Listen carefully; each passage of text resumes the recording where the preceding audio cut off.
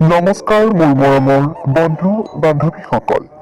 আজিৰ সাধুটি হৈছে পাঁচমুখীয়া ময়ূৰ। কোনো এখন হাবিত পাঁচমুখীয়া ময়ূৰ চৰাই আছিল। সেই হাবিৰ ময়ূৰটোক অন্য জীৱ জন্তুবোৰে ঠাট্টা মস্কৰা কৰিছিল। কেনে লাগিল ভাই ভনীহঁত? বৰ অৰণ্যলৈ ফুৰিবলৈ যোৱা নহয়, এতিয়া ঠাট্টা মস্কৰা খালা তোমালোকে। হয় দে, এই জিৰাফ লম্ব আৰু হাতী ককাই পেটেলাই বৰ বেয়াকে ক'লে দে আমাক। মই নাযাওঁ বুলি কৈছিলো, তহঁতবোৰৰহে বেছি। এতিয়া পালি আনৰ কথা ৰাখিব। মই হ'ব হেৰি সেই হাতীটোৰ পৰা মই প্ৰতিশোধ ল'ম। নাপায় খুৰা, আনৰ প্ৰতিশোধ ল'ব নালাগে, পাৰিলে আনক সহায় কৰিব লাগে। এষাৰ কথা আছে নহয়, যিমানে নামিবা সিমানে ভিজিবা। গতিকে নিজে ভালকৈ চলি থাকা, আনে যেনেকৈ যি হয় হৈ থাকক, তুমি তোমাৰ ওপৰত বিশ্বাস ৰাখা, আনৰ কথা কিয় লাগি থাকা? বাইদেউ, মোক সেইবোৰ কথা নকবা, কিয়নো বৰ্তমান সময়ত হীৰামো নাই আৰু অযোধ্যাও নাই। গতিকে বৰ্তমান সময়ত ভাল দেখুৱাই মহানুভৱতা দেখুৱাই কোনো প্ৰয়োজন নাই। হয়ো, এই বাইদেউজনীয়ে বেছি দেখুৱায়। তুমি আমাতকৈ ডাঙৰ হ'লে সতি তোমাৰ কথা শুনিম বুলি ভাবিছা নেকি? বৰ্তমান সময়ত ডাঙৰ সৰু বুলি একো নাই, গতিকে তুমি তোমাৰ পক্ষতে থাকিবা। বেছি ডাঙৰ হোৱাৰ চালাকি দেখুৱালে তোমাকে থুতৰি মাৰি পেলাম, বুজিছা নহয়? গোলাপী আৰু নীলাভনী, তোমালোকে ঠিকেই কৈছা। এই বাইদেউৰ কথা শুনিলে কিন্তু আমি বিপদত পৰিম। গতিকে আমি এটা কাম কৰা, সেই হাতীকেইটা আৰু সেই অৰণ্যৰ জন্তুকেইটাক আমি প্ৰতিশোধ ল'ব লাগিব। তোমালোক তিনিজনীয়ে বাইদেউ কেনেকৈ কিয় আছা? কাক কেনেকৈ সম্বন্ধ কৰিব লাগে সেয়া তোমালোকে এনেকৈ ক'লা আজি বাইদেউ। বাৰু, মোৰেই ভুল হৈছে দিয়া ফণীখন। অন্তত এতিয়াতো তোমালোকে মনে থাকা। তোমালোকবোৰৰ মাজত কাজিয়া বন্ধ কৰা। এইবোৰ তৰ্ক বিবাদৰ মাজত মোৰ সোমাবলৈ একেবাৰে ইচ্ছা নাই আৰু মন নাই। আৰু প্ৰতিশোধ কিয় ল'ব লাগে?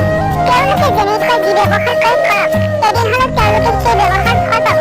আৰু তোমালোকৰ নিচিনাকৈ থাকা। কিয় আনৰ লগত যুক্তি তৰ্ক কৰিবলৈ যোৱা? এইবোৰ বাদ দিয়া বা। কিন্তু মোৰ এতিয়া দেখোন ভোক লাগিবলৈ ধৰিছে। মই কি কৰো বা? ব'লা, আমি দুয়ো গৈ কৰবাত কিবা ভাল বস্তু খাওঁগৈ। সৰু ভনী, তোমাৰ ভোক লাগিছে? তেনেহ'লে ব'লা, আমি বনত কিবা খাবলৈ যাওঁ। আৰু বাকী ভনীবোৰ যাবা নেকি? তোমাৰ লগত আমি নগ'লেহে পাই, তোমাৰ লগত একেবাৰে যাবলৈ ইচ্ছা নাই। আৰু আমাৰ ভোকো নাই ন বাকীবোৰ ভনী? মোক তোমালোকে এনেদৰে তিৰস্কাৰ নকৰিবা। অনুগ্ৰহ কৰি মই হাত জোৰ কৰিছো, কিয়নো মানুহৰ পঢ়া নষ্টই হ'ল এই তিতা মিঠা কথাবোৰ। গতিকে এই তিতা কথাবোৰেৰে মানুহৰ অন্তৰখন আৰু আঘাত হয়, জানা নহয়? তোমালোকে নোখোৱা নাখাওঁ বুলি কোৱা, এনেদৰে বাক কেলি কৰ্কৰ্থনা কৰি আছা? অনুগ্ৰহ কৰি এইবোৰ নকৰিবা, বুজিছা নহয়? যদি তোমালোকতকৈ সকলোতকৈ মই সৰু, তথাপিও এয়া কৈছো, বেয়া নাপাবা যেন। এনেকৈ পাঁচ ভনীৰ মাজত কথা আলোচনা চলি আছিল। ইয়াৰে প্ৰথম ভনীজনী অৰ্থাৎ ডাঙৰ ভনীজনী হৈছে অমাই, লগতে সকলোতকৈ সৰু ভনীজনীও অমাই। কিন্তু বাকী তিনিজনী ইয়াৰ বিপৰীত, সকলোভাৱে পৃথক, তেওঁলোকৰ মনটো পৃথক। যিকোনো সময়ত যেতিয়াই তেতিয়াই বায়েকক তেওঁলোকে তৰ্চনা কৰি আছিল। এনেকৈ এদিনাখন হাবিত ভনীহঁত, ডাঙৰ আৰু সৰু ভনীৰ টোপনি চোৱা। এতিয়া টোপনিৰ পৰা জগাই দিয়া, আমাৰ ভোক লাগিছে নহয়। নিজে বৰ ডাঙৰ হোৱাৰ অভিনয় কৰে, এতিয়া খোৱাৰ টাইমত কোন বৰ ডাঙৰ? মাতা, ময়ে মাতো। ডাঙৰ বাইদেউ, উঠা, কি শুই আছা?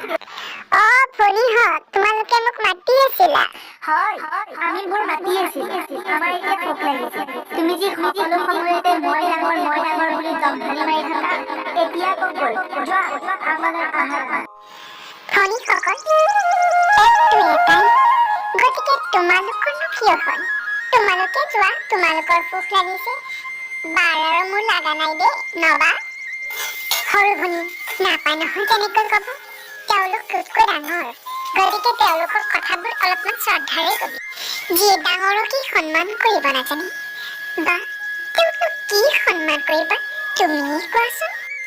হয় হয় সৰু ভনী বেছি হৈছে বেছি নকৰিবি আমাৰ এতিয়া যা তাহাঁতি যা গোলাপী ভনী তুমি কিন্তু বেশ দুর্বল আমার দেখুন পেট এটাই গল পাঁচটাহে গতিকে গোটেইকেইটাই যাব লাগিব এজন গলে ইয়াৰ পিছত সেই ধূৰ্ত গোলাপী মৰা চৰাটোৱে লাজ পালে আৰু লাজতে গোটেইকেইটাই একে ঠাইতে আহাৰ খাবলৈ বুলি যাত্ৰা আৰম্ভ কৰিলে। আৰু সেই চৰাইকে থাকোঁতে এখন হাবি পায়। সেই হাবিৰ গছ এডালত এডাল বেলেগ ধৰণৰ ফলৰ গছ পায়। তাৰ ৰং বেলেগ আৰু আকৃতি হৈছে প্ৰায় আপেল লেখীয়া। সেই গছডাল দেখি চৰাইটোৱে ৰৈছিল আৰু ৰৈ গছডালৰ পিনে গোটেইকেইটাই চাইলে। এইডাল দেখোন আপেলৰ গছ। ব'লা ভনীসকল, আমি এই আপেল কেইটাই খাই পেটটো পুৰাই লওঁ।